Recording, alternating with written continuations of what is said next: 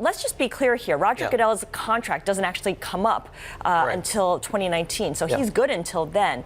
Why are they negotiating something right now? Well, there's a lot of big things coming down the horizon in the next couple of years for the NFL. One is negotiations with the players themselves. The collective bargaining agreement comes up in 2020, and also the renegotiations of all the TV contracts will be coming up as well. And Roger Goodell handled that the last time around, and NFL owners realize that they're going to need him again. So they've put their trust in him to do that again. So at the moment, there are a lot of conservatives calling for Roger Goodell's head.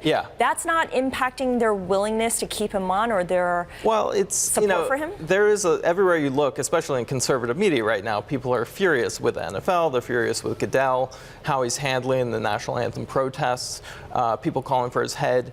But that's sort of par for the course for how that league has been over the past couple of years. I mean, there's always these controversies. One fan base or another is always furious with Goodell. Every time he gets up there at the NFL draft, fans are booing him, and yet he always remembers who he works for, which is not the fans. He works for the owners. Right. He's not a public servant in any way. He works at the pleasure of the owners. Yeah, and there's always been this sort of misconception about what the NFL commissioner does, that he's some sort of public servant, but he doesn't answer to fans, he doesn't answer to shareholders, he doesn't answer to angry people on Twitter. Even if that's the president of the United States, he really has to look out for the best interest of the owners of the 32 teams. So all this bad press, the declining TV ratings, they all make for bad PR, but does it hurt the NFL financially? They're taking a business hit right now, and I think all the owners recognize that, and they would like the controversy over the anthem protest to go away, and they feel like it has been dragging on for a long time, and they would like Goodell to come up with a solution. But at the same time, I think everyone, with maybe the exception of a couple of owners like Jerry Jones of the Cowboys, are more or less on board with this approach that Goodell is taking, which is to try and work with the players rather than to lay down some heavy-handed rule saying all the players have to stand up or there's going to be repercussions, you're going to be fined, you're going to be benched. It wasn't a firm ruling or anything. He just kind of talked through it. Right.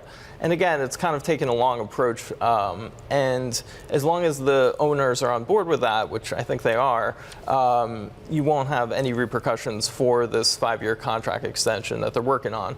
I talked to a source who had talked to members of the NFL's compensation committee, which met last week in New York.